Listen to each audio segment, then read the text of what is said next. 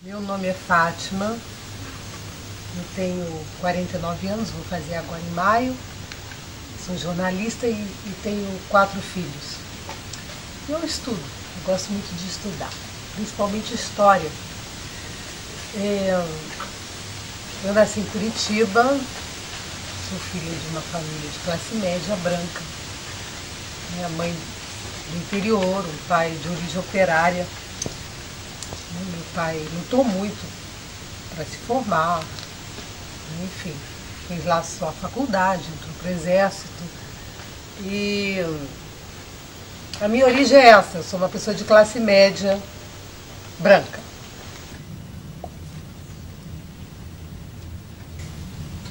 Posso ir aqui?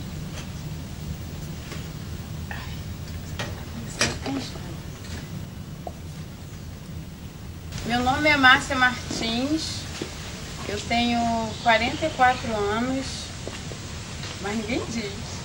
E a minha formação escolar, finalmente, consegui depois de 10 anos de uma faculdade sofrida, me carregando mesmo nas costas.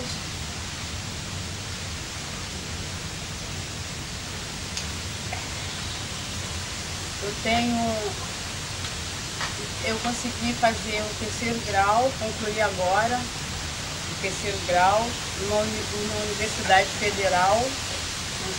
Se fosse de outro modo eu não poderia. Eu concluí o curso de biblioteconomia, que era um sonho que eu tinha, até por desconhecimento. Minha fuga era nos livros. Quando eu descobri o mundo dos livros, assim, abriu um horizonte para mim, porque aí eu descobri que as histórias, coisas da vida que aconteciam, não era só naquele meu mundo lá do morro. Tinha, sabe, existia um outro universo de outras histórias, de outras pessoas, existiam os finais felizes. O meu sustento vem do meu trabalho. Eu sou funcionária da universidade, eu trabalho na Copa Qual universidade? Da UF, Universidade Federal Fluminense, e eu sou copeira do Hospital Universitário, o Antônio Pedro. Então, o meu sustento vem dali, mas antes disso, depois que eu saí de casa de família, eu já trabalhei no escritório de contabilidade, fazendo serviço externo. Eu era office girl. Aí depois eu trabalhei numa loja, e depois eu fui ser manicure autônoma, e depois apareceu esse concurso quando eu já estava na faculdade. Eu era manicure e fazia faculdade. Eu sou aquele tipo de pessoa que tem medo de oportunidade. Eu tenho medo de trocar o que está dando, o que não está me machucando por uma coisa que de repente vai me dar, assim, vai me trazer maior benefício. E de repente não vai me trazer satisfação nem prazer. Por que eu falo, não vou fazer concurso para isso não, vai que eu passe. Mas não, é tipo, no fundo é assim, eu não vou fazer não vou passar.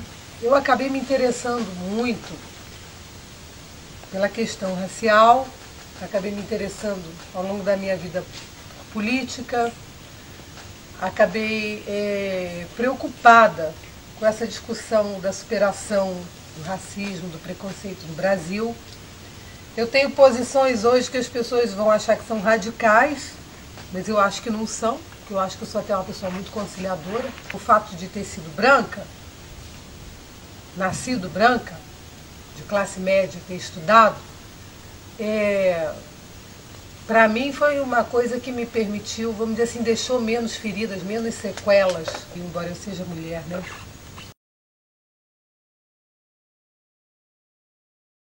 Meu pai, quando eu terminei o ginásio, ele disse assim para mim, agora já sabe, não, primário. Aí eu disse, eu quero ir pro ginásio, eu quero estudar no Aureliano Leal. Aí ele disse, não, agora que você já terminou a 4ª série, no caso eu ia fazer a 5ª, já terminou a 4ª série, agora já sabe ler, escrever, agora você pode trabalhar em casa de família. Ninguém dizia assim, eu quando acabar quando eu terminar, eu vou ser professora, eu vou ser doutora, eu vou ser não. Quando eu terminasse, quando eu terminar o primário, eu vou trabalhar em casa de família para comprar as minhas coisas. Naquele conformismo, eu estava doida para terminar logo o primário para ir trabalhar na casa de família, né, para poder ganhar meu dinheiro, porque meu horizonte meus planos eram esses, porque era assim que era. Aí quando eu já estava lá pelos meus 7, 8 anos de idade, estudei numa escola pública. Apesar de ser uma escola pública, a escola pública naquele tempo era uma escola boa, né? Década de 60.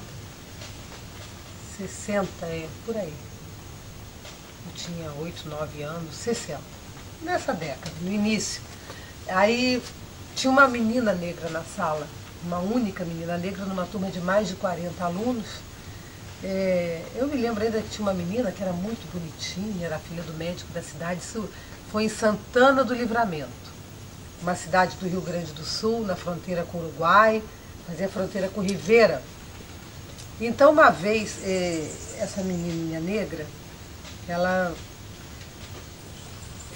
ninguém falava com ela, ninguém conversava com ela no recreio, ninguém brincava com ela, e parecia que ela não existia, parecia que ela não estava lá. Né? Sentava todo mundo nas primeiras fileiras, ela sentava na última cadeira, num canto. A professora não dava nenhuma atenção para ela. Acho que não via nem se ela fez o dever, se ela não fez o dever. Não via, não cobrava nem dela nada. Não pedia para ela fazer leitura na sala. Era como se ela não estivesse ali. Na hora da gente ir para aula de religião, a gente ia de mãos dadas em fila indiana, né, um dando a mão para outro. E eu sempre aprendi, minha mãe muito católica, que Jesus dizia que somos todos iguais, todo mundo tem que ser tratado com respeito, né? Enfim. Mas aí a menininha que era negra, a única negra da turma, ela ficou com a mãozinha assim, e ninguém tinha coragem de dar a mão para ela. Então eu estava lá atrás da fila, e o que vinha para dar a mão para ela, passava para trás, o outro passava para trás. Aí eu fiquei na boca da botija ali, ó. Ou eu dava a mão para ela também, ou eu passava para trás, né? Aquele negócio me chocou muito. Eu falei, pô, isso é uma aula de religião, a professora não faz nada? Não é pecado isso não? Isso para mim é pecado, né? Esse negócio de você não dar a mão, mesmo que seja pobre, doente, leproso, preto, branco, Jesus diz que tem que dar a mão, tem que fazer sacrifício, tem que se despojar, né, do orgulho, da vaidade. Eu achava assim, aprendi assim. E eu dei a mão para ela. Não porque eu fosse melhor do que os outros, mas eu me achava. Porque eu, afinal de contas, eu dei a mão para ela. Minha avó, ela era lavadeira de uma casa aqui embaixo, né? Porque quando nós morávamos lá no morro, a gente olhava, o morro era muito alto, a gente olhava lá para baixo, via aquelas casas bonitas, então a gente falava assim, aquela casa lá é minha, aquela casa é minha, aí cada uma tinha sua casa, que a gente visualizava lá de cima e via aquela casa bonita lá embaixo, aí aquela casa é minha, aquela casa é minha, aí cada um tinha sua casa, aí minha avó lavava roupa nessa casa, então nós ajudávamos a carregar trouxa de roupa, né? Então, quando nós chegávamos lá, então era uma casa, era que nem um castelo pra gente, porque tinha um portão cheio de coisinha assim, branco, e tinha um jardim, tinha grama, e tinha rosas, tinha uma janela grande e tinha uma escada que subia assim, aí era varanda, aí depois descia assim. Aí e tinha uma mesa igual a essa daqui na varanda, com uma cadeira assim, com uma almofadinha. Aí era que nem um castelo, e uma porta assim que abria no meio, assim, sabe? Aí a gente minha avó entrava, apertava a campainha, aí tinha um cachorro, chamava Rex, todo branco, grandão. Aí a dona Zeneida falava assim, espera aí fora porque o Rex não gosta de criança. Aí a gente esperava lá fora, aí ela fazia o rol, contava as peças de roupa que minha avó ia levar, conferia as que nós trazíamos e depois ela dava um saco de pão duro pra gente, que era a alegria, né? A maior felicidade ganhar aquele saco de pão duro. E às vezes eles davam comida também pra gente. Já almoçou? Aí não. Aí dava comida pra gente. Aí a gente sentava lá na soleira, a gente nunca entrava. Aí quando a gente entrava, ela prendia o cachorro e a gente ficava na porta da cozinha, a gente sentava e eles davam uma comida pra gente, muito gostosa. Depois a gente ia embora e voltava na outra semana. E todo mundo queria ir junto, porque às vezes chegava lá, podia ser que tivesse uma coisa gostosa, às vezes tinha, que a empregada dava para minha avó. Aí depois a gente vinha e botava a trouxa na cabeça e vinha embora a pé. Uma vez eu estava atrasada para a escola e não achava a blusa. E lá fazia frio, a gente ia com a blusa da escola e casaco por cima. Eu não achava a blusa, peguei um casaco, o primeiro que eu vi. Era um casaco que não tinha botão, então eu, para minha mãe não brigar comigo, eu fui sem blusa para a escola. Só com um casaquinho vermelho, fechei o casaquinho e fiquei assim na aula. Na hora de escrever, escrevi assim. Porque se eu soltasse os braços, eu estava nua, só estava com um casaquinho sem botão. E a professora falou, o que tem aí? O que está escondendo aí? Eu, nada. Era tímida, envergonhada, né? Daí ela falou, abre os braços, aquela coisa meio grosseira, meio brutal. Eu chorando, que nem a menininha quando estava na fila, que ninguém dava a mão para ela, eu fiquei igual. Eu chorando, uma humilhação horrível, um sentimento de inferioridade, uma coisa brava. Eu abri os braços e aí eu fiquei nua. Né? Imagina, o que você ficar nua com 8 anos de idade, numa turma de 40 alunos, 50 alunos, coisa muito cruel, porque ficou todo mundo rindo de mim, né? Ficou todo mundo rindo e eu fiquei que nem aquela menininha negra, naquela aula de religião, chorando, totalmente desprotegida, totalmente sozinha, humilhada. Aquele foi um dos piores dias da minha vida, chorei a beça. E depois do recreio, sei lá, não me lembro em que momento, eu saí dali, porque eu estava envergonhada, né? E sentei do lado da pretinha, lá atrás, na última cadeira. Né? E eu olhei para ela, ela olhou para mim. Acho que foi a primeira vez que aquela menina teve companhia na escola. A primeira vez. Mas não foi porque eu era boazinha, como na experiência que eu dei a mão.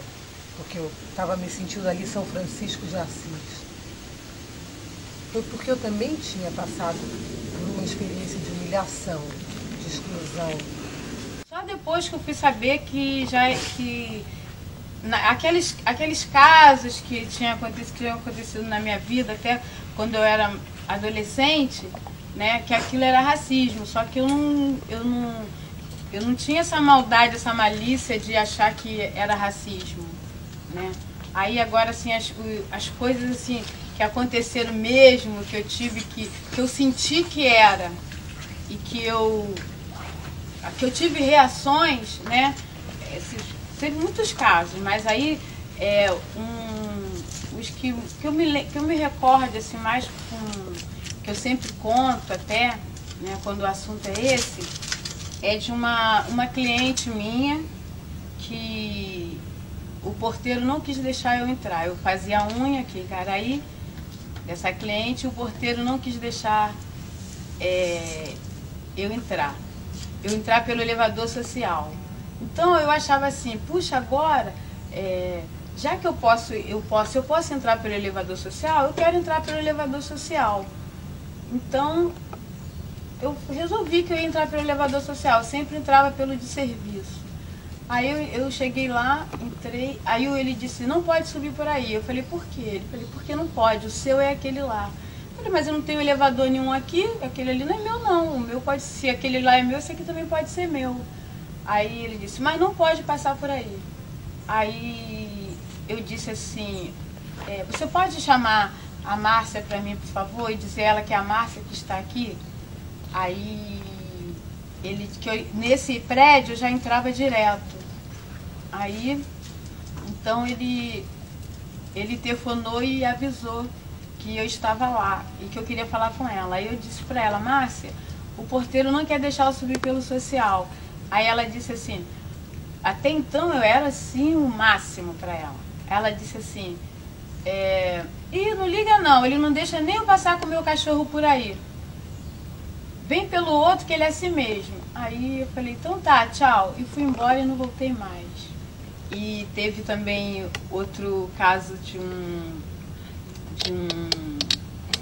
porteiro que eu fui fazer a unha pela primeira vez. E o outro disse, você não vai passar por aqui mesmo. Ficou aquele bate-boca, aí eu interfonei para a cliente foi e disse para ele, você mande a dona Márcia passar por onde ela quiser. Aí o nome dela não é Márcia, é Dona Márcia. E não tem nenhuma escurinha embaixo não, tem Dona Márcia que está embaixo. Aí depois ele começou, morrendo de ódio, todas as vezes que eu ia lá, a Dona Márcia está aqui embaixo. Aí eu comecei a passar pelo de serviço. Que eu acho que era... Aí eu pude escolher, né? Eu queria só poder escolher. O que eu acho mais irônico é que todas as pessoas que me barram nos lugares, nos prédios, nos lugares que eu vou, nos aeroportos, né? No aeroporto, me barrou no aeroporto, eram todas negras, sabe? Eu acho que eles devem fazer com eles também devem ter o limite de até onde eles podem ir. Então eles querem dizer para mim assim, olha, nós só podemos ir até ali, até esse limite. Não era? E fora as pessoas que me perguntam, né, me pedem para eu arranjar para entrar na faculdade, né, para arranjar, para falar com a pessoa que me colocou na faculdade, né? Aí eu disse, mas eu fiz vestibular. Mas como é que você passou para uma federal? Tipo assim, qualquer branco que passasse para federal, você sente que ninguém ia perguntar como é que passou, sabe? Não é nem por ser pobre, porque tem branco pobre também.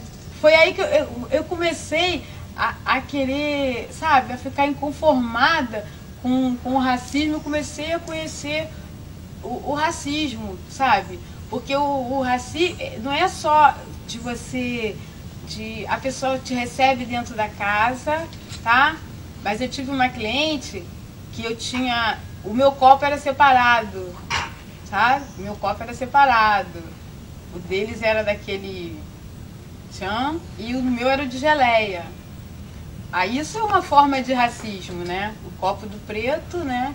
Aí não fui mais também, aí comecei a reagir, porque antes eu me conformava. Quando o porteiro mandava entrar por trás, eu entrava por trás, porque era por trás que eu aprendi que a gente devia entrar.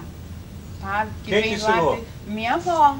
Quando eu aprendi que eu podia entrar pela frente, porque eu não sabia que eu podia entrar pela frente, quando eu aprendi que eu podia, aí eu falei, vou experimentar, vou ver se na prática é assim mesmo que funciona. Aí eu fui vendo que tinha que guerrear, mas que dava para passar. Aí eu fui passando. A gente nasce racista no Brasil, nasce com preconceito. Nasce achando que ser negro é feio, não é bom.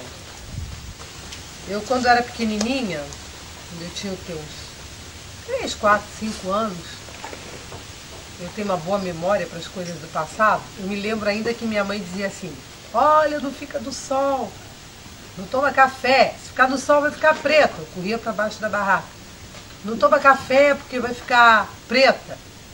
Então, ser preto, ser negro, eu acho que a gente já nasce assim, achando que ser preto, ser negro, é um castigo,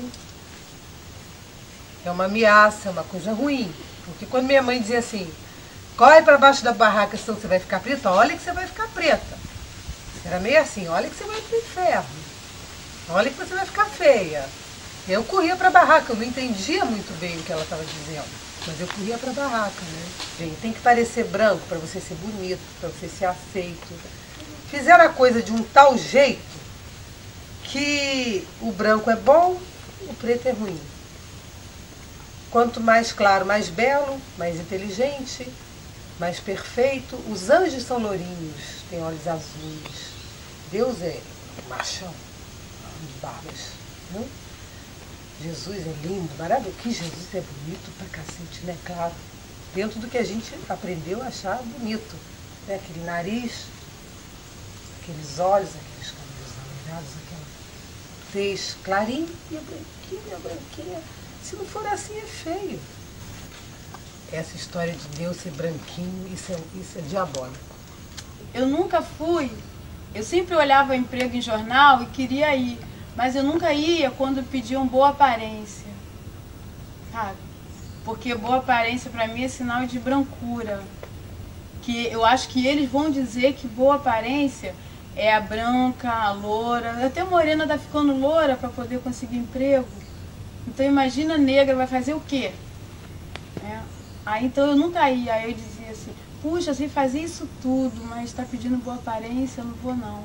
A gente devia achar assim que a gente tem a mesma capacidade, mas não, mas isso é tão batido, incutido na nossa cabeça, que a gente é menor, que a gente não tem capacidade, que acaba nos convencendo, que aí a gente não vai, aí o branco foi, né, de repente com menos capacidade, aí ele conseguiu, ele não conseguiu porque ele tinha capacidade, ele conseguiu porque você não foi, você tinha mais do que ele, mas você não foi porque você ficou com medo. É o medo do pejorativo mesmo, sabe, de achar que a gente o nariz é feio, a boca é feia, não tem dente, sabe, o cabelo é duro, eles falam cabelo ruim. Eu falo, meu cabelo não, meu cabelo é bom, ele não faz nada de mal pra mim, ele é bom pra mim. Então meu cabelo é bom, meu cabelo é crespo, ele não é ruim, é cabelo ruim.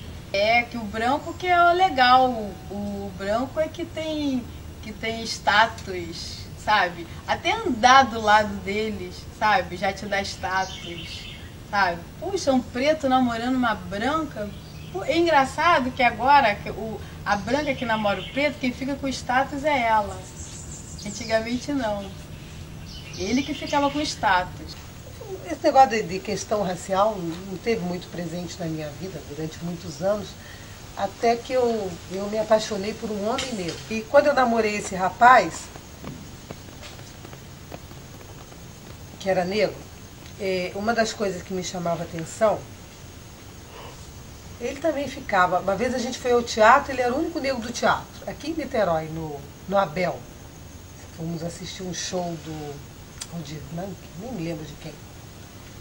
A gente olhou em volta e falou, olha aqui, só tem eu aqui de negro. Aí eu falei, não, no palco tem. Tinha um ator, um bailarino lá. Aí ele falou, mas ele está fazendo, não é circo para a plateia branca. Né? E quando a gente ia nos restaurantes, uma coisa que me chamava atenção era a atitude dos garçons. Né? Os garçons, se você pedir um vinho, a sociedade machista branca normalmente, isso virou etiqueta, o homem experimenta o vinho, se tiver bom, manda pedir a garrafa. E o garçom não olhava para o meu parceiro, ele fazia tudo se dirigindo a mim. Até na hora de pedir a conta ele olhava para mim. É incrível isso, né? Porque o negro consegue ser mais discriminado do que a mulher, né? Mesmo como mulher, quando eu saía com um parceiro, um homem negro, ele era mais discriminado do que eu. O Brasil tem que assumir que é racista para combater o racismo. Perto de mim ninguém fala mais, sabe? Porque eu conto minhas histórias, o que eu faço com os porteiros, o que eu fiz. Então, quando eu já falei para uma cliente que eu não vou mais na outra amiga dela, porque o porteiro não deixou eu entrar e ela acatou a ordem do porteiro, aquela já não vai fazer mais, sabe? Então é tipo, estou mandando um recado para ela. Ou você fica com a manicure, bibliotecária, que fala, minha manicure é bibliotecária, fica toda... Ih, agora eu vou ter que fazer outra faculdade, minha manicure tem 2, sabe? Assim que elas falam. uma professora estava fazendo um trabalho lá na UF, lá do PENESB, lá daquele curso lá, que é de raças e etnias. Aí ela perguntou o que eu fazia já que eu estava assim, inserida nesse outro lado do mundo, né, que eu tinha assim, como entrar pela porta da frente e tal, que eu achava que eu estava contribuindo. Aí eu falei, eu estou contribuindo, que eu acho que o porteiro da próxima vez que ele for barrar, ele vai falar assim, não vou barrar aquela negra não, que a outra já fez aqui um estardalhaço, né? Então acho que eu estou contribuindo para o próximo, para o que vier atrás de mim, porque também não posso ficar no meio da rua com a bandeira falando mal de branco, né? E nem posso também ficar pegando os negros todos e falando, vamos fazer faculdade. Eu faço isso com a minha família. Todo ano. Esse ano eu comprei 10 formulários de isenção do vestibular, mandei tudo lá pro morro, sabe? Pra ver se... Porque tem gente lá com 2º grau trabalhando em casa de família, passadeira de casa de família. O racismo, tem gente que nega. Tem gente que acha que a gente não é racista, que isso é coisa do passado, que o racismo é um tema que não faz sentido discutir. Eu penso que não. E o racismo, ele é um fenômeno muito... Ele nasce junto com a modernidade. Ele nasce junto com a modernidade. E ele tem sido, ao longo desse tempo histórico, uma técnica, uma tecnologia a serviço da dominação. O que acontece? Para a gente dominar o outro, seja uma pessoa, uma cidade, um povo, um país, é necessário que o dominador, num certo sentido, esteja em paz consigo mesmo, esteja em paz com a sua consciência, possa se olhar no espelho e se sentir uma pessoa de bem, uma pessoa do bem, como se costuma dizer hoje. E, por outro lado, o dominado tem que sentir que a dominação que pesa sobre ele, de alguma maneira, é legítima. Você tem que capturar as pessoas pela consciência, inclusive o dominador. O racismo entra aí. Ele entra com uma tecnologia a serviço dessa dominação. Como é que o cara vai lutar contra alguma coisa que ele não enxerga? De vez em quando eu dou uma palestra sobre racismo, as pessoas não aceitam de jeito nenhum que o Brasil é racista, não aceitam. Quem parte para a porrada é quem tem o chicote, quem tem as armas. Quem tem o chicote, quem tem as armas, é o homem branco. Eu não estou querendo dizer aqui que todo branco é um safado, não estou. O cara não tem nem consciência disso, ele não tem. Ele está lá, eu estou bem, eu estou feliz, eu estou aqui, ó. Olha que lugar bonito. Me dá uma cervejinha aí, tá ótimo. Para mim isso é um direito meu, eu tenho direito a isso é normal. Eu quero ter os mesmos direitos, sabe? Eu quero ter os mesmos direitos que os brancos têm, sabe? Eu não quero chegar num lugar e ficar... Eu não quero deixar de ir aos lugares porque só tem branco, sabe? Eu já deixei de ir, sabe? Não vou não, lá só tem branco. Mas não era porque eu estava com preconceito contra os brancos. Eu não queria que os brancos se sentissem mal com a minha presença. Se eu me sinto bem onde só tem preto, porque eu não posso me sentir bem onde só tem branco? Eles que me engulam. Eu fui ingênua, sabe? Eu fui ingênua porque eles contavam piada de negro pra mim, eu ria pra agradar eles. E hoje em dia ninguém conta mais. Preto conta piada de preto pra mim, branco não conta. A gente não pode mais tá dando esses mole, a gente tem que procurar, assim, se impor, procurar o nosso lugar, que não era lá como o outro falou, que tinha um pé na cozinha. Ele podia ter pé na cozinha. Eu tinha pé na África, no pé da África, não é da cozinha. Eu tenho pé na África, cabeça na África. Então eu acho que se a gente conseguisse já de pequeno, já pegar o pepino e mostrar para eles que não é assim, né? Que preto também é bonito, que preto também pode ser inteligente, que preto pode fazer tudo que branco faz, né? se tiver oportunidade, eu acho que quando eles crescerem, eles vão ser, assim, eles vão poder encarar melhor, né? Isso, eu acho que essa geração de agora, dos pretos que tem coragem de encarar, eu acho que deve passar isso para as crianças. Agora, ensinar os brancos e os negros, né? Porque também não adianta o preto saber que ele pode e o branco continuar dizendo que ele não pode. O branco também tem que se conscientizar. Porque ao invés de dar um saco de pão, não aumenta o salário, porque ela sabe que aquele dinheiro da trouxa de roupa não vai dar para ela passar na padaria para comprar um pão fresco. Então, eu acho que hoje eu não veria assim, desse jeito. Eu não ia querer o saco de pão duro.